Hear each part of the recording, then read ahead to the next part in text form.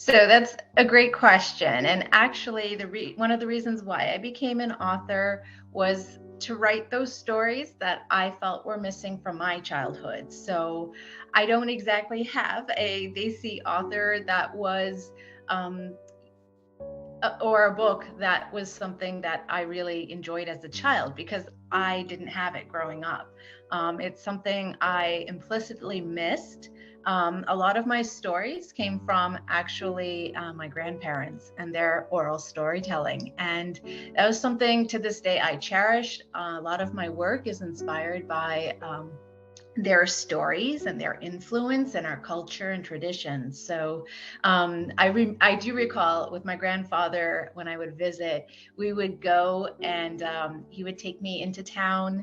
And my family's from a remote village in India in an area called Kodagu, and we would go to kind of the main town, and he would let me pick comic books, and these were the Amar Chitra Kana ones, and I to this day I have a stack this big, and it's just those are the stories I grew up on. Kind of kept me connected to a lot of the mythologies, and that's what's inspired a lot of my work today. So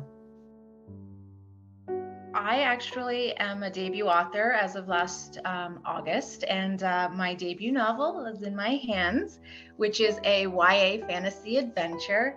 And to hold this in my hands is a dream come true. So basically, the novel, I think of it as a mashup between Tomb Raider, which is a video game, Wonder Woman, which is a superhero I grew up on, and it's infused with South Asian mythologies and folklore.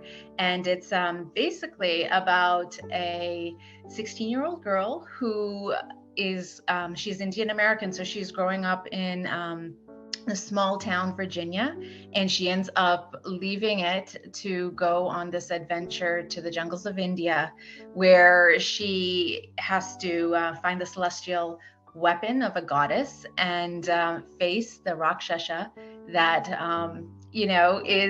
is out to destroy her and everything she loves. And it's really, I mean, the heart of the story is a girl trying to find her place in the world and find her own magic and, put it out there to the world. I think definitely I think it's tough with reluctant readers. I think it's important to let the reader choose what it is that they're interested in, because then you're more likely to get that engagement that you're looking for. I think it has to be the right reading level as well. But from my own experience and having young readers of my own in my home, I think leading by example is a huge thing. And it started when my own children were quite small, and we would read together every night and just kind of make that part of our routine.